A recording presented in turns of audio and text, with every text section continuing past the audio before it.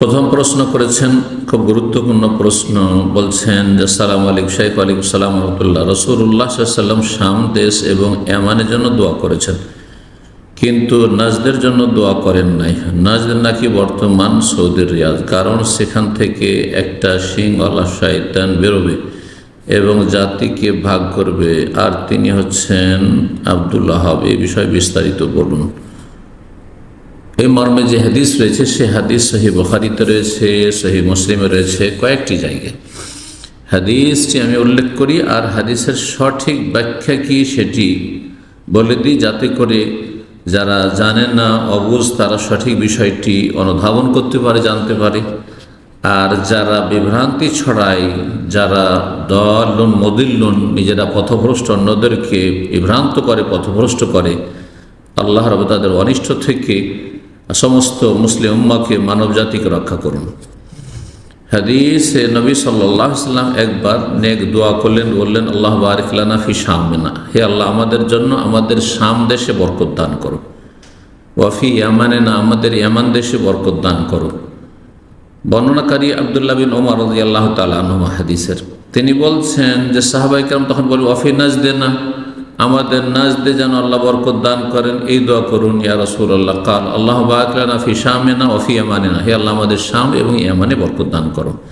সাহাবীরা পুনরায় বলেন ওয়া ফি নাজদিনা, এইভাবে 3 বার বলেছেন। কোন করে riwayat রয়েছে এখানে 2 বার রয়েছে।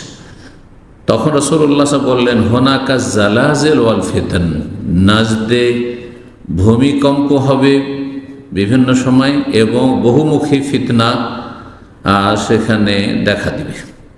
ওয়াবেহায়াতুল কারমু শয়তান, সেখান থেকে শয়তানের কারণ, কারণ মানে সিং, এটি একটি অর্থ, কিন্তু কারণ মানে দল, জামাত। তো এখানে কারণ মানে হচ্ছে জামাত, শয়তানের আসলে সিং না, এখানে শয়তানের জামাত, শয়তানের দল বের হবে। সহিহ বুখারীতে 979 নম্বর হাদিস এবং সহিহ মুসলিমে 5169 নম্বর হাদিস। সহিহ মুসলিমে অন্য ভাষায় নবী সাল্লাল্লাহু আলাইহি ওয়াসাল্লাম একবার পূর্ব দিকে মুখ করলেন আর বললেন ইন্নাল ফিতনাতা হাহুনা, ইন্নাল ফিতনাতা হাহুনা, নিঃসন্দেহে ফিতনা এই পূর্ব দিকে হবে, এই ফিতনা এই পূর্ব দিক থেকে আসবে। এ বলে রাসূলুল্লাহ সাল্লাল্লাহু আলাইহি ওয়াসাল্লাম পূর্ব দিকে ইঙ্গিত করেছেন।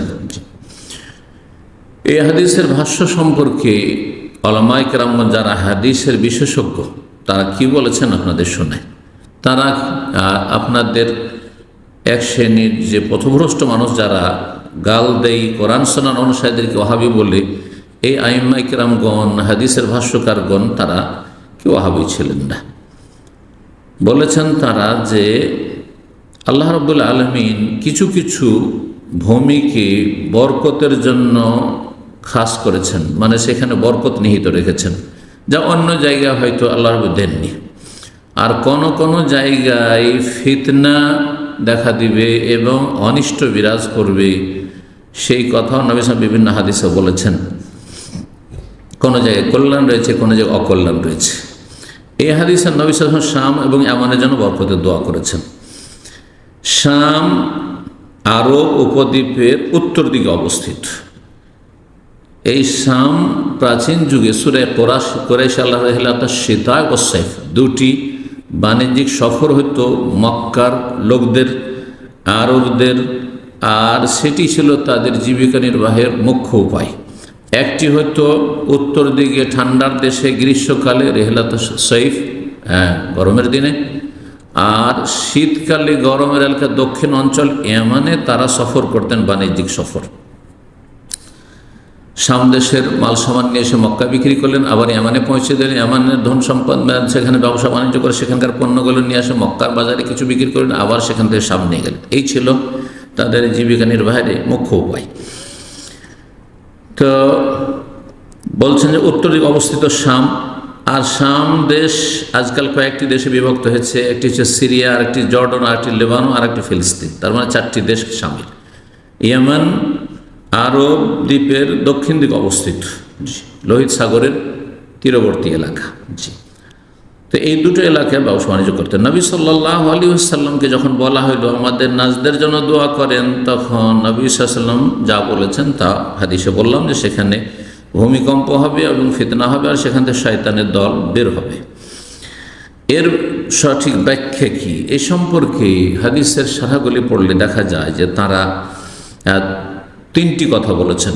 একটি হচ্ছে হাদিহিল আরদ হিয়া আল্লাতী ইয়াতি মিন জিহাতি দাজ্জাল, এই নাজদের দিক অর্থাৎ আর এক হাদিস সহিহ মুসলিমের পূর্ব দিক এমন একটি দিক যেই দিক থেকে দাজ্জাল আগমন করবে।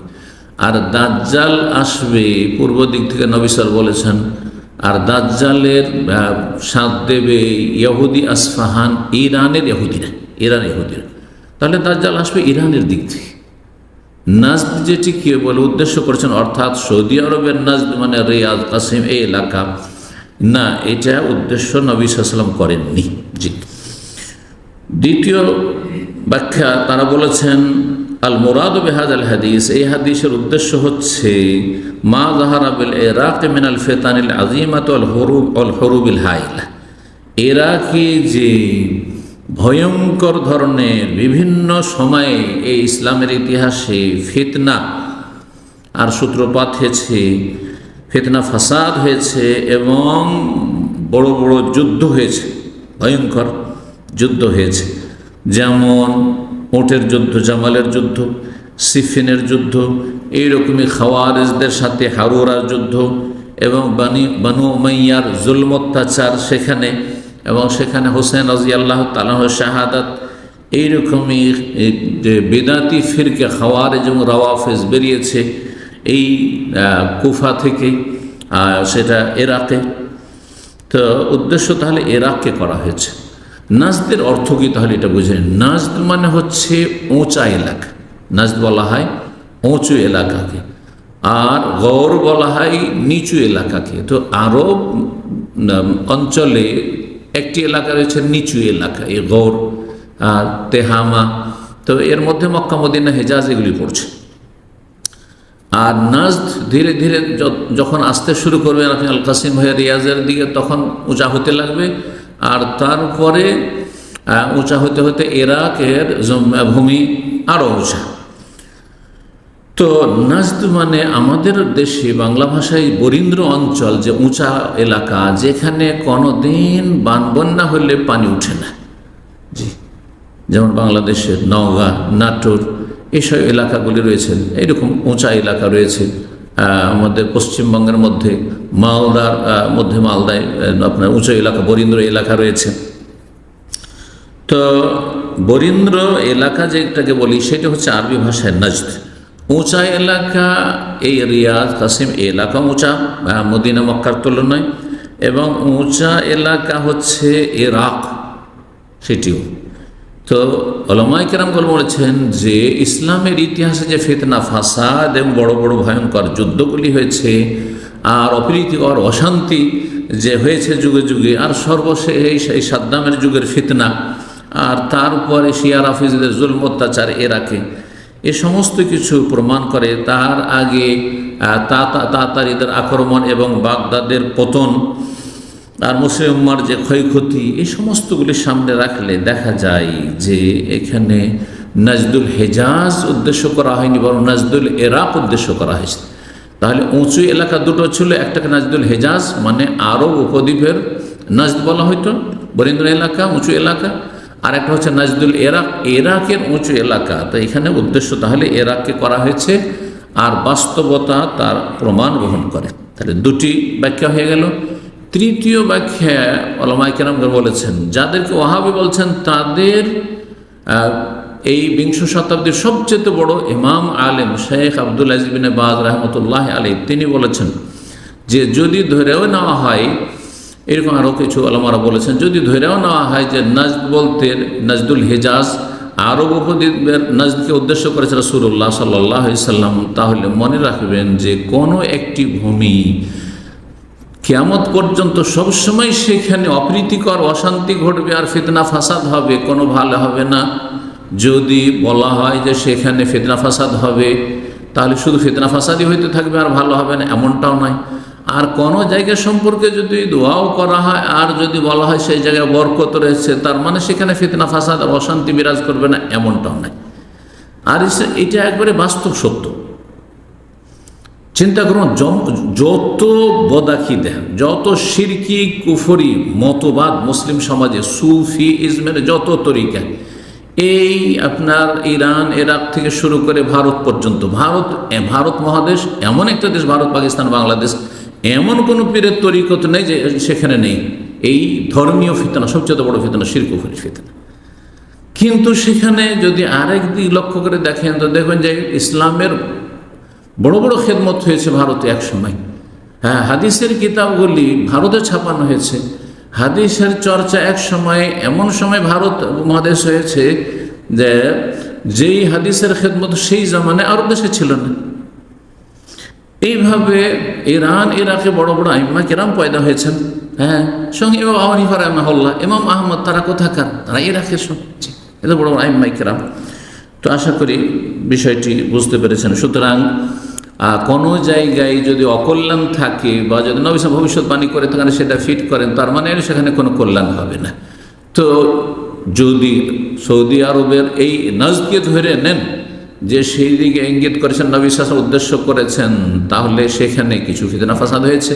মুসাইলামা কাযযাব, মিথ্যুক, নবুয়তের দাবি করেছে দাজ্জাল, এছাড়াও বিভিন্ন রকমের অশান্তি হতে পারে, হয়েছে ইসলামের ইতিহাসে। আর তারপরে আল্লাহ রাব্বুল আলামিন একজন মুজাদ্দিদ, সংস্কারক উম্মতে মুসলিমায় পয়দা করেছেন। তিনি হচ্ছেন শাইখুল ইসলাম মুহাম্মদ বিন আব্দুল ওয়াহাব রাহিমাহুল্লাহ। তার নাম মোহাম্মদ, তার নাম আব্দুল ওয়াহাব নয়। প্রশ্নকারী জানেন না, কারণ বেদাতীরা বলে আব্দুল ওয়াহাব। আব্দুল ওয়াহাবকে তারা গাল দেয় ইমামের বাবাকে, কিন্তু ইমামের বাবা আব্দুল ওয়াহাব তিনি হাম্বলি ছিলেন, মযহাবী ছিলেন তাদের মতোই, এবং তিনি কোনো সংস্কারমূলক কাজ করেনি, বরং ছেলেকে বারণ করতেন যে বাবা এইসব ঝামেলায় তুমি যেও না, মাজার পূজা করছে করতে দাও, বেদাত করছে করতে দাও, শিরক করছে করতে দাও, তোমার ধর্ম তুমি পালন করো, তারা তাদের কাজ করবে। তো আশা করি বিষয়টি বুঝতে পেরেছেন। জি, তাহলে এখানে ইসলামের শত্রু দুই রকম রয়েছে। ঘরের শত্রু সুফি বেদাতিরা, মাজার পূজারীরা, আর বাইরের শত্রু হচ্ছে ইংরেজেরা। এই দুইটি শত্রু মিলে এই ওয়াহাবে নামটি দিয়েছে। আর তারপরে তারা এই হাদিসকে ফিট করার অপপ্রয়াস চালিয়েছে। এই সালাফি কোরআন সুন্নাহর দাওয়াত, যেই দাওয়াত হচ্ছে হুবহু সেই দাওয়াত, যেই দাওয়াত নিয়ে রাসূলুল্লাহ সাল্লাল্লাহু আলাইহি ওয়াসাল্লাম এসেছিলেন এবং সাহাবায়ে কেরামদেরকে যে দাওয়াতের ওপর যে আদর্শের উপর ছেড়েছেন রাসূলুল্লাহ সাল্লাল্লাহু আলাইহি ওয়াসাল্লাম, সেই ইসলামের কথাই এই সৌদি আরবে চর্চা হয়। এবং শাইখুল ইসলাম আহমদ আব্দুল্লাহ রাহমাতুল্লাহ দাওয়াতই ছিল তাওহীদ এবং সুন্নাতের নির্ভেজাল দাওয়াত। আল্লাহ যেন সঠিক বুঝদান করেন।